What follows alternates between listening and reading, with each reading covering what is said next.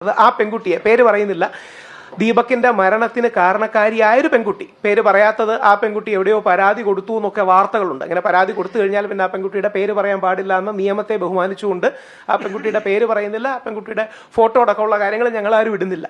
ആ പെൺകുട്ടിക്ക് നേരെയും ചില ആൾക്കാർ വളരെ അധിക്ഷേപകരമായി സൈബർ ആക്രമണം നടത്തുകയും ഒരു തെരഞ്ഞെടുപ്പിൽ നിന്ന വ്യക്തി തന്നെ ഇത്തരത്തിലുള്ള ആൾക്കാരെ ബലാത്സംഗം ചെയ്യണം, പീഡിപ്പിക്കണം എന്നൊക്കെ പറയുന്നതൊക്കെ കേൾക്കുകയുണ്ടായി. തികച്ചും അപലപനീയമാണ്, ഒരു കാരണവശാലും യോജിക്കാൻ കഴിയാത്തതാണ്. അങ്ങനെയുള്ളവർക്കെതിരെ നിയമ നടപടി എടുക്കണം.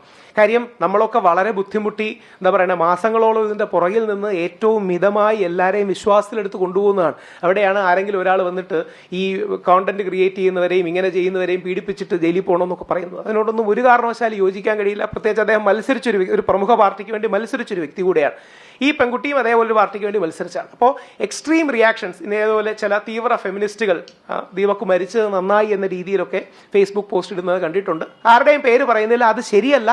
ഈ തീവ്ര പ്രതികരണങ്ങൾ ദോഷകരമാണ്. അപ്പം നമുക്ക് മൂന്ന് കാര്യങ്ങളാണ് അതിലേക്ക് സംഗ്രഹിക്കാനുള്ളത്. ഞങ്ങളുടെ സമയം കുറവാണെന്ന് അറിയാവുന്നതുകൊണ്ടാണ് പറയുന്നത്. ഒന്ന്, ദീപകിന് ഒരു ഇനീഷ്യൽ ലെവൽ എന്ന രീതിയിൽ 3,17,000 രൂപ എത്തിച്ചു. നമ്മുടെ മലബാർ ഗോൾഡിൻ്റെ ശ്രീ ഫൈസലേക്ക്, മലബാർ ഫൈസൽ എന്നറിയപ്പെടുന്ന ശ്രീ ഫൈസൽ, അതോടൊപ്പം ഹിലർ അഹമ്മദ് എന്ന് പറയുന്ന അദ്ദേഹം ബിസിനസ് ലൈൻ, അദ്ദേഹം രണ്ടുപേരും ദുബായിൽ നിന്നുള്ളതാണ്. അവരെ രണ്ടുപേരെയും ഞാൻ വളരെ റിക്വസ്റ്റ് ചെയ്യാൻ വേണ്ടി വിളിച്ചു പറഞ്ഞപ്പോൾ അദ്ദേഹം അടക്കം വളരെ സപ്പോർട്ടീവായിട്ട് വന്നു. ഹിലർ അബ്ദുള്ള എന്നാണ് അദ്ദേഹത്തിൻ്റെ പേര്.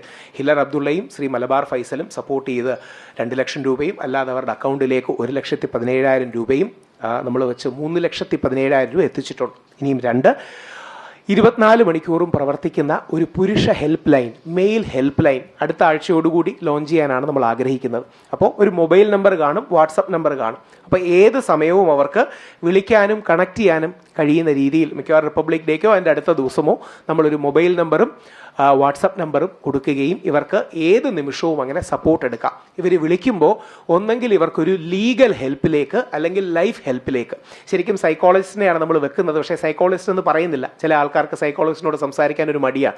ഞങ്ങൾക്ക് മാനസിക പ്രശ്നം ഉണ്ടെന്നോ അല്ലെങ്കിൽ ജീവിത പ്രശ്നം ഉണ്ടെന്നോ അഡ്മിറ്റ് ചെയ്യാൻ തന്നെ പുരുഷന്മാർക്ക് മടിയാണ്. ഇവിടെയാണ് സാദിക്ക് പറഞ്ഞൊരു പോയിന്റ് വളരെ പ്രസക്തമാകുന്നത്.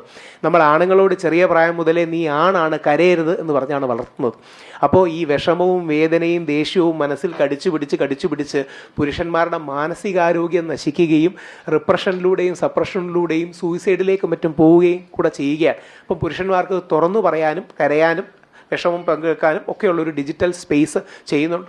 സാദിക്കിൻ്റെ ഹോമീസ് മെൻ കി ബാത്ത് ഉണ്ട്. അതോടൊപ്പം തിരുവനന്തപുരത്തെ റിച്ച് ഇൻ ടെക്നോളജീസ്, അവരും ടെക്നോളജിക്കലി ഇതിന് ഹെൽപ്പ് അസിസ്റ്റ് ചെയ്യുന്നുണ്ട്. അപ്പോൾ അതോടൊപ്പം 2 കാര്യങ്ങളും കൂടെ പറഞ്ഞ് നിങ്ങളുടെ ചോദ്യങ്ങളെടുത്ത് അവസാനിപ്പിക്കാം.